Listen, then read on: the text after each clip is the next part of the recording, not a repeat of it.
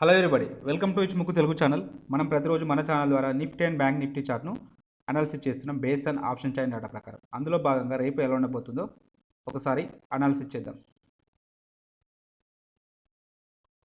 ముందుగా నిఫ్టీ యొక్క intraday చార్ట్ను analysis చేసినప్పుడు నిన్నటి సిపిఆర్తో పోల్చుకున్నప్పుడు ఈరోజు సిపిఆర్ అనేది లోయర్ వాల్యూ, అంటే ఓవర్లాపింగ్ లోవర్ వాల్యూ సిపిఆర్ అయితే రావడం జరిగింది. సో నారో సిపిఆర్ ఉన్నది కాబట్టి సో మనమైతే ట్రెండింగ్ ఉంటుందని చెప్పి మనం అనుకుంటాము. ఎప్పుడైతే ప్రీవియస్ డే హై ఉన్న R1 రెండు బ్రేక్అవుట్ అయితే మాత్రమే మనం ట్రేడ్ అయితే తీసుకుంటాం. ఈ సందర్భంలో మనకు ఇక్కడ బ్రేక్అవుట్ అయితే లభించింది. సో ఇది మన యొక్క ఎంట్రీ పాయింట్, మన యొక్క స్టాప్ లాస్ అనేది ఇది అవుతుంది. సో అన్ఫార్చునేట్లీ స్టాప్ లాస్ అయితే హిట్ కావడం జరిగింది. సో మీ టార్గెట్ ఇది అవుతుంది, టార్గెట్ అనేది ఇది అవుతుంది. ఇది మోర్ దెన్ 1:1.5 అంటే నియర్లీ 1:1.5 అయితే ఉండడం జరిగింది.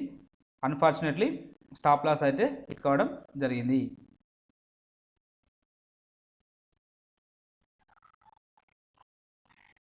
ఇక కెమెరాల ఇండికేటర్ని యాడ్ చేసినట్టయితే ప్రైస్ అనేది H3L3 మధ్యలో ఓపెన్ అయింది. H3L3 మధ్యలో ఓపెన్ అయినప్పుడు ఇన్ జనరల్గా H3 దగ్గర రిజెక్షన్స్ వస్తే సెల్ సైడ్ వెళ్తాం, ఇక్కడ రిజెక్షన్స్ వస్తే బై సైడ్ వెళ్తాం. సో ఇలాంటి సినారియో మనకి ఇక్కడ రాలేదు కాబట్టి సో బై సైడ్ సినారియో అనేది మనం తీసుకోము. ఎప్పుడైతే దీన్ని బ్రేక్ చేసుకుంటూ సో మనం ఇలాంటి సినారియో వచ్చినప్పుడు మనం నో ట్రేడ్.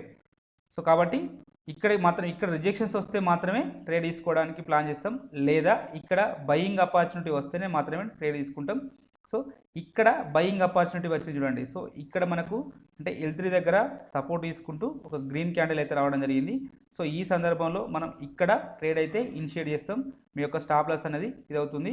సో మీ యొక్క టార్గెట్ అనేది ఇది అవుతుంది. ఇది అచీవ్ కావడం అయితే జరిగింది. కెమెరాల ప్రకారం టార్గెట్ అచీవ్డ్. ఈ సందర్భంలో మనకు బయింగ్ ఆపర్చునిటీ రాలేదు. ఇది కూడా నియర్లీ 2 o'clock సమయంలో రావడం జరిగింది. సో ఇక్కడ కూడా ట్రేడ్ అయితే అంటే ఆఫ్టర్ 2 o'clock తర్వాత ట్రేడ్ ఇనిషియేట్ చేయము. ఎవరైనా అగ్రెసివ్ ట్రేడర్స్ కోసం అయితే ఈ ట్రేడ్ అకార్డింగ్ టు ఇక్కడ అంటే L3 దగ్గర సపోర్ట్ తీసుకుంది కాబట్టి మీ యొక్క టార్గెట్ H3 వరకు మీ యొక్క టార్గెట్ కోసం ట్రేడ్ తీసుకోవచ్చు.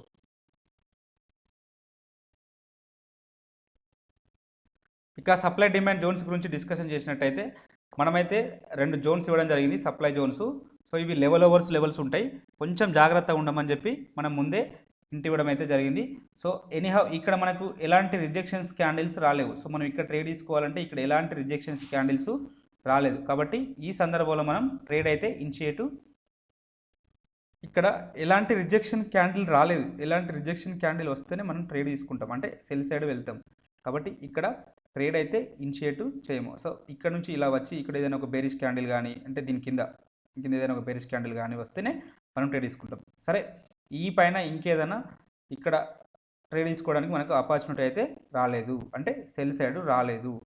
మరి మార్కెట్ పడింది కదా సార్ అంటే పడుతుంది, మనకు అన్ని ట్రేడ్స్ అందుబాటులోకి రావాల్సిన అవసరం ఏం లేదు కదా. మనం కొన్ని రూల్స్ రాసుకున్నాం, ఆ రూల్స్ ప్రకారమే వెళ్తాం. ఇప్పుడు ఇక్కడ చూడండి, ఇక్కడ ఒక బయింగ్ జోన్ ఉంది, ఇక్కడ వచ్చింది. సో ఇక్కడ బులిష్ క్యాండిల్ రావడం జరిగింది చూడండి. సో మన యొక్క ఎంట్రీ పాయింట్ ఇది అవుతుంది, స్టాప్ లాస్ అనేది ఇది అవుతుంది. సో ఈజీగా 1:1.5 అయితే రావడం అయితే జరిగింది. బట్ ఈ ట్రేడ్ కూడా ఆఫ్టర్ 2 PM తర్వాతనే కాబట్టి అగ్రెసివ్ ట్రేడర్స్కి మాత్రమే యూస్ఫుల్ అవుతుంది. ఎనీహౌ సో అన్ని సందర్భాల్లో అగ్రెసివ్ ట్రేడర్స్కే వస్తాయా, కొన్ని సందర్భాల్లో కన్జర్వేటివ్ కూడా ట్రేడర్కి ఆపర్చునిటీస్ రావడానికి అయితే అవకాశం అయితే ఉంటుంది. ఇక రేపటి రోజున supply zones and demand zones గురించి డిస్కషన్ చేసినట్టయితే సో ఇక్కడ మనకు ఒక సప్లై జోన్ అవుతుంది. ఇది ఫ్రెష్ సప్లై జోను, ఇది ఫ్రెష్ సప్లై జోన్ అయినప్పటికీ ఇది 15 minutes టైం ఫ్రేమ్లో కాబట్టి మీరు 5 minutesలో మనం 5 minutesలో ట్రేడ్ తీసుకుంటాం, లేదా 3 minutesలో ట్రేడ్ తీసుకుంటాం కాబట్టి ఈ సందర్భంలో కన్ఫర్మేషన్ ఎంట్రీ తీసుకోవడానికి ప్రయత్నం చేద్దాం.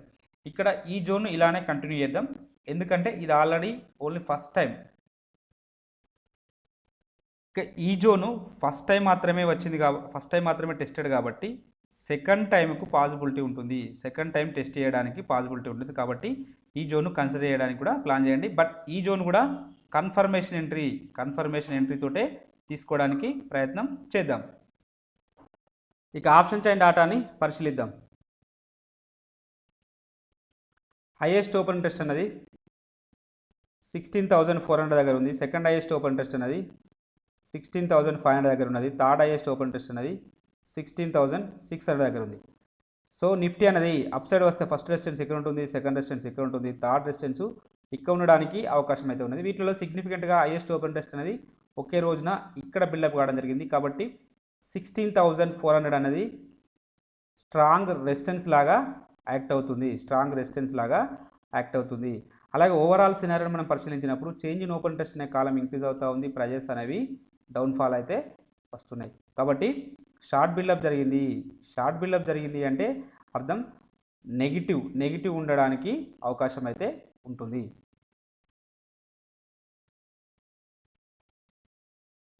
ఇక పుట్ సైడ్ డేటాను పరిశీలించినట్టయితే హైయెస్ట్ ఓపెన్ ఇంట్రెస్ట్ అనేది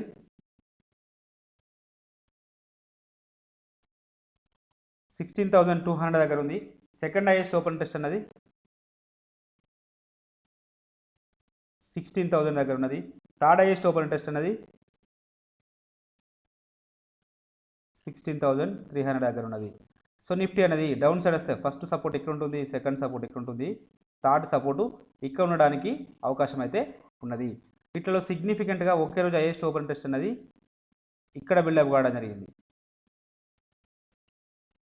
16,200 దగ్గర బిల్డప్ కావడం జరిగింది. కాబట్టి ఈ లెవెల్ అనేది స్ట్రాంగ్ సపోర్ట్ లాగా యాక్ట్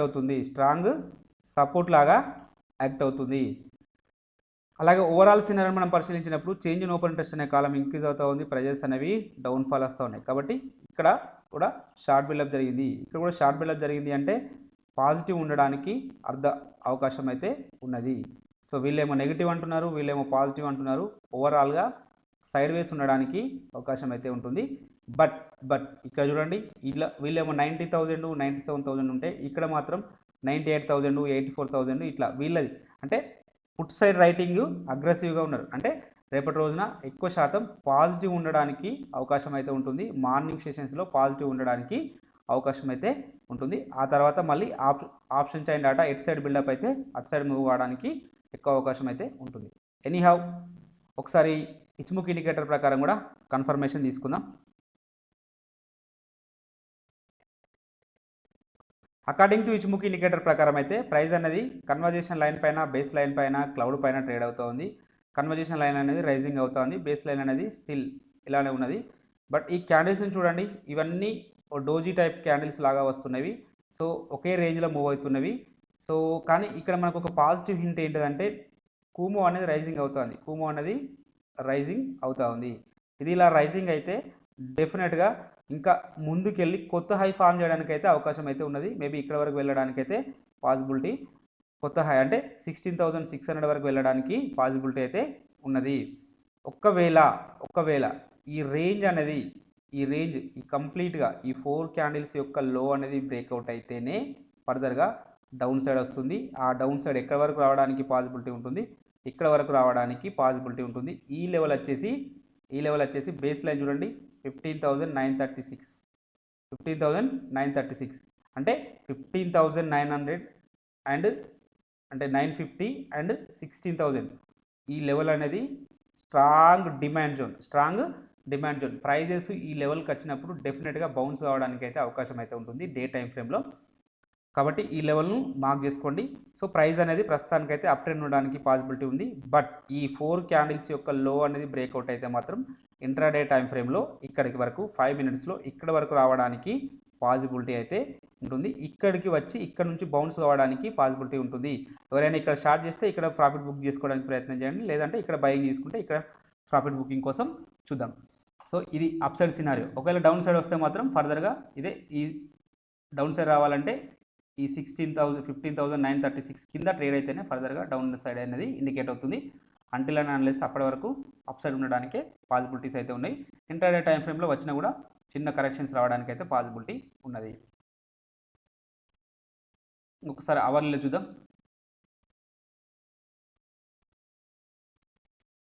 అవర్లీలో చూసినప్పుడు ప్రైస్ అనేది క్లౌడ్ పైన ఉన్నది ప్రస్తుతానికి, అంటే క్లౌడ్ పైన ఉన్నది. At the same time conversation and base line కింద ఉన్నది.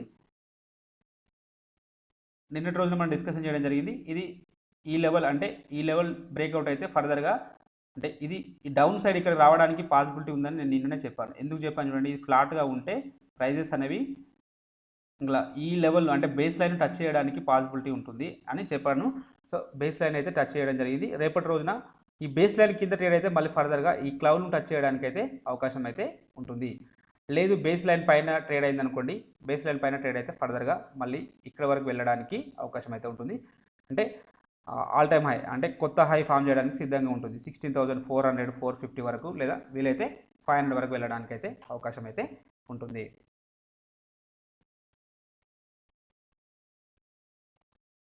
ఇక బ్యాంక్ నిఫ్టీ యొక్క చార్ట్ను పరిశీలించినప్పుడు, ఇంట్రాడే చార్ట్ను పరిశీలించినప్పుడు ప్రైస్ అనేది సిపిఆర్ నిన్నటి సిపిఆర్తో పోల్చుకున్నప్పుడు ఈరోజు సిపిఆర్ అనేది హైయర్ వాల్యూ సిపిఆర్, ప్రైస్ అనేది సిపిఆర్ పైన ట్రేడ్ అవుతుంది.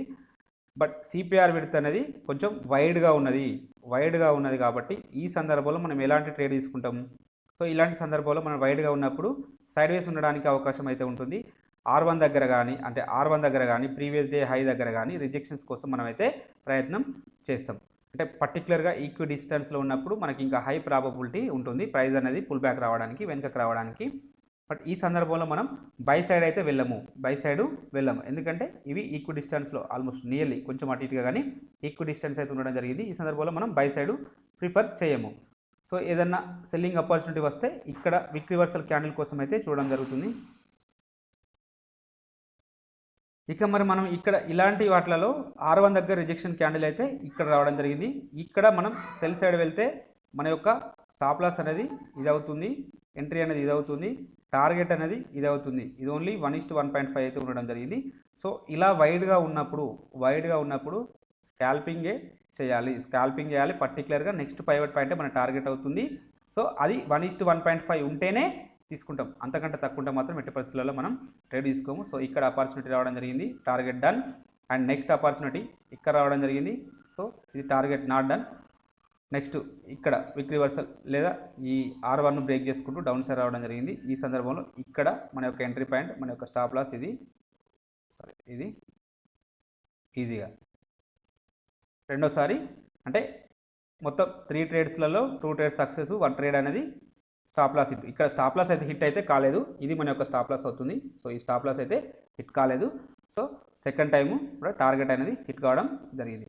సో ఇలా మీరు ఈ సిపిఆర్ విడ్త్ని యూజ్ చేసుకుంటూ ఇవి R1 ఎక్కడ ఉంది అండ్ ప్రీవియస్ డే హై ఎక్కడ ఉందని మనం ట్రేడ్ తీసుకున్నట్టయితే మనం డెఫినెట్గా ప్రాఫిట్లో ఉండడానికి అయితే అవకాశం అయితే ఉన్నది.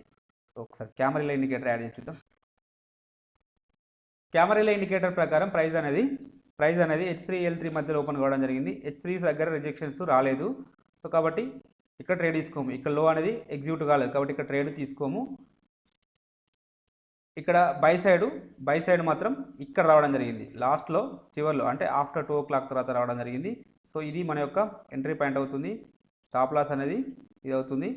బట్ చివర్లో మాత్రం నో ప్రాఫిట్ నో లాస్, అంటే మనం ఎక్కడ తీసుకున్నామో అక్కడ ఎగ్జిట్ కావడానికి అయితే అవకాశం అయితే లభించేసింది.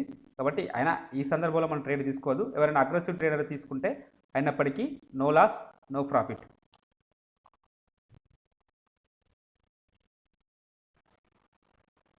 ఇక సప్లై జోన్స్ డిమాండ్ జోన్స్ గురించి డిస్కషన్ చేసినట్టయితే మనం ఇచ్చిన జోన్స్ అనేవి ప్రైస్ అనేది ఇక్కడికి రావడం జరిగింది. బట్ మనకి ఎలాంటి అంటే రివర్సల్ క్యాండిల్స్ అయితే ఇక్కడ ఐడెంటిఫై కాలేదు. సో ఇవన్నీ లెవెల్స్ ఉన్నప్పుడు మనం కొంచెం జాగ్రత్తగా ఉండాలని చెప్పాము. సో ఇక్కడ అంటే ఒకవేళ ఇక్కడ రివర్సల్ క్యాండిల్ వస్తే కన్సిడర్ చేస్తాం, లేదంటే ఇక్కడ రివర్సల్ క్యాండిల్ వస్తే అంటే ఈ జోన్ దగ్గర వస్తే చేస్తాం, ఈ జోన్ దగ్గర ఆల్రెడీ ప్రైస్ అనేది బ్రేక్ చేసుకుంటూ పైకి వెళ్ళిపోయింది. సో ఇక్కడ బ్రేక్ చేయకుండా ఇక్కడ ఏదైనా రివర్సల్ క్యాండిల్ వస్తేనే మనం కన్సిడర్ చేయడానికి అయితే పాసిబిలిటీ ఉంటుంది. సో అలాంటి అవకాశం అయితే రాలేదు. సో కాబట్టి డిమాండ్ జోన్ వరకు కూడా ప్రైస్ అనేది రీచ్ కాలేదు. కాబట్టి ఈ సందర్భంలో కూడా నో ట్రేడ్, అంటే ఇక్కడ కూడా డిమాండ్ దగ్గర కూడా నో ట్రేడ్. సో ఇక రేపటి రోజున మాట్లాడితే రేపటి రోజున పాసిబుల్ సప్లై డిమాండ్ జోన్స్ గురించి డిస్కషన్ చేసినట్టయితే సో ఇక్కడ 2 జోన్స్ ఉన్నాయి చూడండి. ఈ 15 minutes టైం ఫ్రేమ్లో ఈ జోన్ ఆల్రెడీ ఇక్కడ టెస్టెడ్, బట్ రెండోసారి సెకండ్ టైంకు పాసిబిలిటీ ఉంటుంది కాబట్టి దీన్ని అలానే ఉంచుదాం.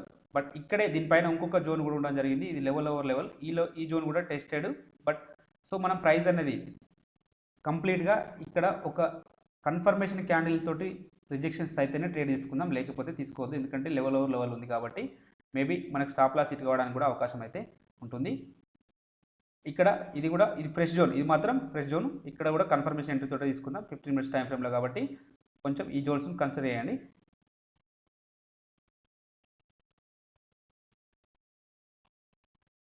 ఇక ఆప్షన్ చైన్ డేటాను పరిశీలించినట్టయితే హైయెస్ట్ ఓపెన్ ఇంట్రెస్ట్ అనేది బ్యాంక్ నిఫ్టీలో ఇక్కడ 36,500 దగ్గర బిల్డప్ కావడం జరిగింది. సెకండ్ హైయెస్ట్ ఓపెన్ ఇంట్రెస్ట్ అనేది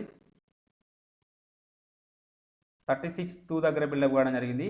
థర్డ్ హైయెస్ట్ ఓపెన్ ఇంట్రెస్ట్ అనేది 37 దగ్గర బిల్డప్ కావడం జరిగింది. సో బ్యాంక్ నిఫ్టీ అనేది అప్ సైడ్ వస్తే ఫస్ట్ రెసిస్టెన్స్ ఎక్కడ ఉంటుంది, సెకండ్ రెసిస్టెన్స్ ఎక్కడ ఉంటుంది, థర్డ్ రెసిస్టెన్స్ ఇక్కడ ఉండడానికి అవకాశం అయితే ఉంటుంది. వీటిలో సిగ్నిఫికెంట్గా హైయెస్ట్ ఓపెన్ ఇంట్రెస్ట్ ఒకే రోజు ఇక్కడ బిల్డప్ కావడం జరిగింది. కాబట్టి 36,500 అనే లెవెల్ స్ట్రాంగ్ రెసిస్టెన్స్ లాగా యాక్ట్ చేయడానికి అవకాశం అయితే ఉంటుంది.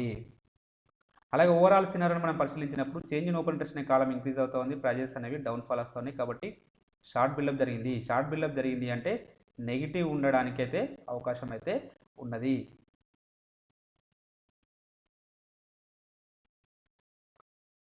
ఇంకా పుట్ సైడ్ డేటాను పరిశీలించినట్టయితే హైయెస్ట్ ఓపెన్ ఇంట్రెస్ట్ అనేది 35 దగ్గర బిల్డప్ కావడం జరిగింది. సెకండ్ హైయెస్ట్ ఓపెన్ ఇంట్రెస్ట్ అనేది 36 దగ్గర బిల్డప్ కావడం జరిగింది. థర్డ్ హైయెస్ట్ ఓపెన్ ఇంట్రెస్ట్ అనేది 35,500 దగ్గర బిల్డప్ కావడం జరిగింది. సో బ్యాంక్ నిఫ్టీ అనేది డౌన్ సైడ్ వస్తే ఫస్ట్ సపోర్ట్ ఇక్కడ ఉంటుంది, సెకండ్ సపోర్ట్ ఇక్కడ ఉంటుంది, థర్డ్ సపోర్టు ఇక్కడ ఉండడానికి పాసిబిలిటీ ఉంటుంది. వీటిలో సిగ్నిఫికెంట్గా ఒకే రోజు హైయెస్ట్ ఓపెన్ ఇంట్రెస్ట్ అనేది ఇక్కడ బిల్డప్ కావడం జరిగింది. కాబట్టి ఈ లెవెల్ అనేది 35,000 అనేది స్ట్రాంగ్ సపోర్ట్ లాగా యాక్ట్ చేయడానికి అవకాశం అయితే ఉన్నది. అలాగే ఓవరాల్ సినారియోని మనం పరిశీలించినప్పుడు చేంజ్ ఇన్ ఓపెన్ ఇంట్రెస్ట్ అనే కాలం ఇంక్రీజ్ అవుతూ ఉంది, ప్రైజెస్ అనేవి డౌన్ఫాల్ వస్తున్నాయి. కాబట్టి ఇక్కడ కూడా షార్ట్ బిల్డప్ జరిగింది అంటే పాజిటివ్ ఉండడానికి అవకాశం అయితే ఉన్నది. వీళ్ళేమో నెగిటివ్ అంటున్నారు, వీళ్ళేమో పాజిటివ్ అంటున్నారు. ఓవరాల్గా సైడ్ వేస్ ఉండడానికి కూడా పాసిబిలిటీ అయితే ఉన్నది. బట్ ఇక్కడ చూడండి, ఇక్కడ మనం అబ్జర్వేషన్ చేసినప్పుడు ఇవేమో 58,000 57,000 ఉన్నది. ఇక్కడ చూసినప్పుడు మనకు హైయెస్ట్ ఓపెన్ ఇంట్రెస్ట్ అనేది 66 ఉన్నది, అలాగే 59 ఉన్నది. కాబట్టి కొంచెం దీనికంటే ఇక్కడ ఈ పుట్స్ కంటే కాల్ సైడ్ వాళ్ళు అగ్రెసివ్గా ఉన్నారు. కాబట్టి మార్నింగ్ అవర్స్లో నెగిటివ్ ఉండడానికి అవకాశం అయితే ఉంటుంది. చూద్దాం ఏం జరుగుతుందో. ఒకసారి ఇచ్ముక్ ప్రకారం కూడా అనాలిసిస్ చేద్దాం. అకార్డింగ్ ది ఇచ్ముక్ ఇండికేటర్ ప్రకారం ప్రైస్ అనేవి కన్వర్జేషన్ లైన్ పైన ట్రేడ్ అవుతుంది. కాబట్టి బుల్లిష్నెస్ ఉండడానికి అవకాశం అయితే ఉంటుంది. చూడండి, ఇది రైజింగ్ అవుతా ఉంది. కాబట్టి ఇది కూడా రైజింగ్ అవుతుంది. డెఫినెట్గా బుల్లిష్ ఉంటుంది. ఫ్యూచర్ కుమ్మ కూడా బుల్లిష్ ఉంటుంది. ఫ్యూచర్ కుమ్మ కూడా రైజింగ్ అవుతుంది. ఫ్యూచర్ కుమ్మ బుల్లిష్ ప్లస్ రైజింగ్ ఉంటుంది. కాబట్టి ఎక్కువ శాతం అయితే అప్సైడ్ ఉండడానికే అవకాశం అయితే ఉంటుంది. బట్ ఈ జోన్ అనేది ఇక్కడ ఏదైతే మనం రెసిస్టెన్స్ జోన్ అనుకుంటున్నామో ఈ 36,400 పైన సస్టైన్ కావాలి. ఏదైనా ఒక బుల్లిష్ క్యాండిల్ సస్టైన్ అయితే ఫర్దర్గా 37,000 వరకు వెళ్ళడానికి పాసిబిలిటీ అయితే ఉంటుంది. కాబట్టి ఓవరాల్గా బుల్లిష్నెస్ ఉండడానికి అయితే పాసిబిలిటీ ఉంటుంది. ఇక ఇంట్రాడే టైం ఫ్రేమ్లో మాట్లాడినట్టయితే ప్రైస్ అనేది ఈ లో అంటే ఇవాళటి లో బ్రేక్అవుట్ రావాలి. ఈ 35,890 అనే లో అనేది బ్రేక్అవుట్ వస్తే ఫర్దర్గా ఇక్కడ వరకు రావడానికి పాసిబిలిటీ ఉంటుంది. ఎక్కడ వరకు బేస్ లైన్ వరకు రావడానికి పాసిబిలిటీ ఉంటుంది. బేస్ లైన్ వచ్చేసి 35,216 వరకు రావడానికి అయితే అవకాశం అయితే ఉంటుంది. సో అంటే ఫస్ట్ సపోర్ట్ ఇదే అవుతుంది, 35,381 ఇదే అవుతుంది. ఇన్ కేస్ అది బ్రేక్అవుట్ అయితే ఇక్కడ వరకు రావడానికి అయితే పాసిబిలిటీ ఉంటుంది. సో ఒకసారి అవర్లీలో కూడా చూద్దాం.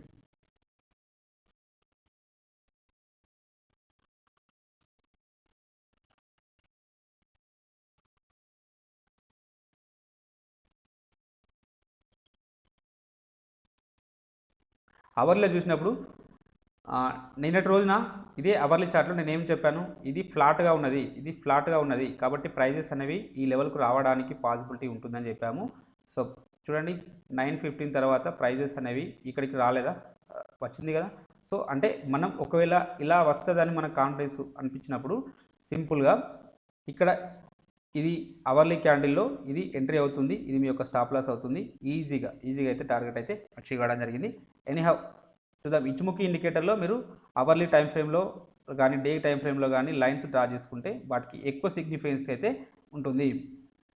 సరే, రేపటి రోజున డిస్కషన్ చేసినట్టయితే ప్రైస్ అనేది కన్వర్జేషన్ అండ్ బేస్ లైన్ మధ్యలో ఉంది. బేస్ లైన్ స్టిల్ ఫ్లాట్గానే ఉన్నది.